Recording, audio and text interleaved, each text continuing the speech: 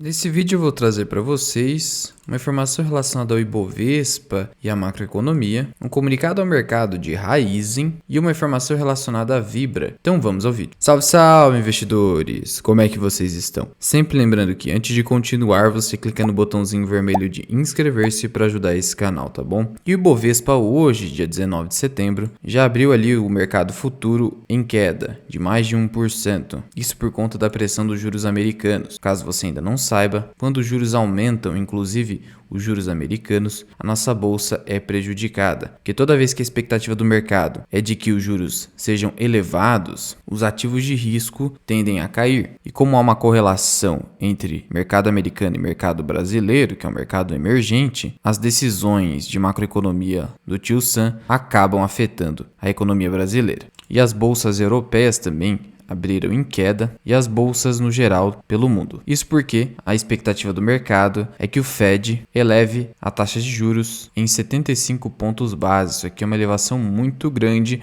para uma economia que até pouco tempo atrás tinha juros negativos, para o intervalo entre 3 e 3,25%. O dólar, por outro lado, vem ganhando força, subindo hoje mais de 0,5%. O dólar tem avançado bastante nesse mês, mais de 4%, como a gente pode perceber aqui no gráfico, e isso porque o estrangeiro está tirando dólares do país nesse mês. A gente sabe que no mês de agosto muito dólar ingressou no país, capital estrangeiro ingressou no país fazendo a bolsa de valores subir, e agora está havendo a evasão desse dólar retornando ao país de origem, e aí a bolsa de valores brasileira cai. Por isso que no mês de agosto tivemos uma alta de 10% no Ibov e agora estamos aí experimentando uma queda na bolsa de valores nesse mês de setembro. A curva de juros brasileira também tem subido. A taxa DI para 2023 ganhou ali um ponto base, indo para 13,8%, o DI de 2025 12,11% e os DIs para 2027 e 2019 ganhando 11 pontos, porque a expectativa de juros acaba aumentando. E a gente sabe que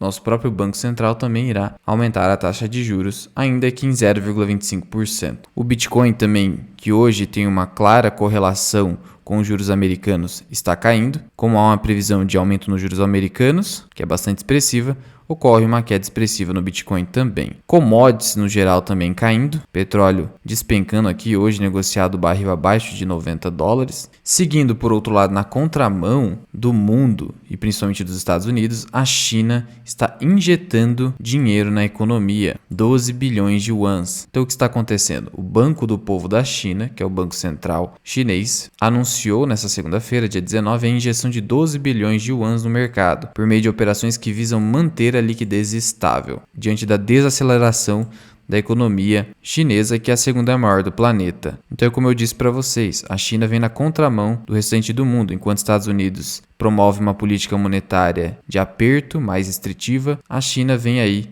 promovendo uma política de afrouxamento monetário, porque não quer ali que a sua economia tenha desaceleração. E aí, obviamente, diante disso, empresas que exportam para a China, por exemplo, as empresas de papel e celulose, como Klabin, e empresas que exportam aço para a China, como CSN ou então Usiminas, podem se beneficiar disso, mas ainda é pura especulação. E a gente sabe também que se a China acabar crescendo por conta disso, será um crescimento meramente fictício, que poderá gerar ainda mais prejuízos no futuro à população chinesa. E aqui no país, o Boletim Focus, que é um documento publicado pelo Banco Central, traz uma nova expectativa de queda para a inflação e também de alta para o PIB, sendo aí a 12ª semana consecutiva de queda de projeção no IPCA, que é o nosso principal índice que mede a inflação brasileira. E aí, se você pegar aqui o Boletim Focus, que você pode extrair do site do Banco Central, a projeção de inflação do IPCA caiu de 6,4% para 6%, isso em relação a 2022, e caiu de 5,17% para 5,01% para 2023. A projeção de Selic não teve nenhuma alteração, nem do câmbio, mas a projeção do PIB teve elevação para 2,65% em 2022 e manutenção ali do PIB em 2023 em 0,5%. Então os números aí da economia brasileira na contramão do mundo têm melhorado, isso porque o Banco Central teve que atuar com uma velocidade recorde ali para controlar a inflação,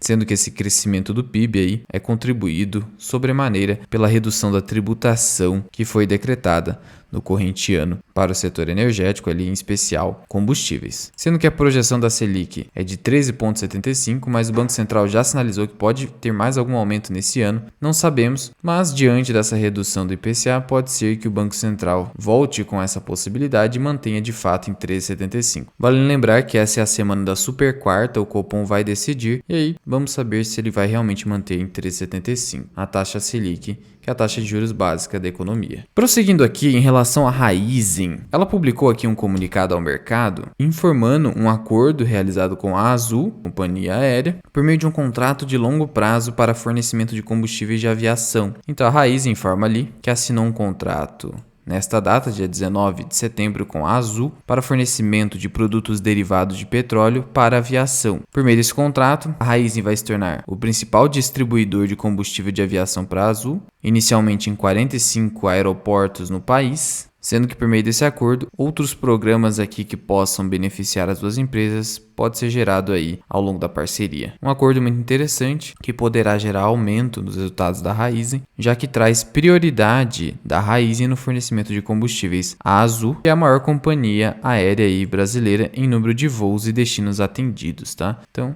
gostei dessa parceria, vai beneficiar a Raízen e, consequentemente, o investidor de Raízen. Muita gente me pergunta se é preferível Raízen ou Cosan, que é a controladora da Raízen. Eu preferiria Cosan, justamente porque ao comprar Cosan você está bem diversificado, ela tem um portfólio diversificado, inclusive a Raízen, e também porque há o desconto de holding e, além disso, a própria margem líquida total aqui da Cosan é bem superior à margem líquida da Raízen, que é bem apertada, tá? Além de tudo, a Raízen negocia um PL de 15 vezes lucro, enquanto a Cosan a quase 7 vezes lucro. Então tem mais desconto, maior margem, desconto de holding e um portfólio diversificado. Por isso, entre Raízen e Cosan, eu ficaria com a Cosan. Não é recomendação, até porque eu não tenho nenhuma das duas ações na minha carteira. Estou dizendo apenas o que eu faria se fosse optar entre uma das duas. E em relação à Vibra, ela concluiu a aquisição de 50% da ZEG Biogás, que foi o último grande projeto aqui de expansão da Vibra, após o qual a própria Vibra publicou a nova política de distribuição de dividendos, aumentando seu payout mínimo para 40%, informando que o grande trigger de crescimento já passou, por isso ela pôde aumentar seus dividendos. E aí a conclusão da aquisição da ZEG Biogás foi o último projeto aí da estratégia de crescimento da Vibra. A aquisição foi por 160 milhões de reais, sendo aí 129,5 milhões na compra de ações da ZEG Biogás e 30 milhões referentes a um investimento que será feito na ZEG Biogás. A Vibra ainda se comprometeu a investir 412 milhões de reais na empresa, com foco, obviamente, na execução de projetos de biogás e biometano, que é justamente o core business da ZEG Biogás. Sendo que, como fez a Vibra com a Comerc, ela deixou em aberto ali opções para compras futuras, sendo duas opções. Na primeira, a empresa poderá ser titular de 70% das ações da ZEG Biogás e na segunda, ser titular da integralidade da ZEG Biogás. Então, primeiro a Vibra faz um teste, sendo detentora agora da metade da ZEG Biogás, e se tudo for bem, a companhia ao final exerce as opções de compra aqui, podendo então ser dona de 70% da ZEG Biogás ou de 100%, conforme o caso. Sendo que a Vibra também anunciou um último provento, totalizando um dividend yield de quase 3%, e esse dividend yield tende a aumentar a partir de 2023, quando a nova política de dividendos entrará efetivamente em vigor. Cabe pontuar aqui por fim que a companhia está apanhando do mercado nos últimos 12 meses, caindo 27%, justamente porque reduziu seus dividendos diante do efeito clientela. Isso gera uma evasão de acionistas que pensam em dividendos e principalmente por conta da redução dos seus resultados, fazendo com que seus indicadores ficassem superiores. Aqui o PL ficou em quase 8 vezes o lucro, o endividamento subiu por conta da pressão inflacionária, houve um aumento agressivo dos custos da empresa e a própria margem da empresa teve uma queda. Então tudo isso gerou pressão nas cotações de Vibra. E aí, se o Barsi já estava comprando Vibra nos R$20,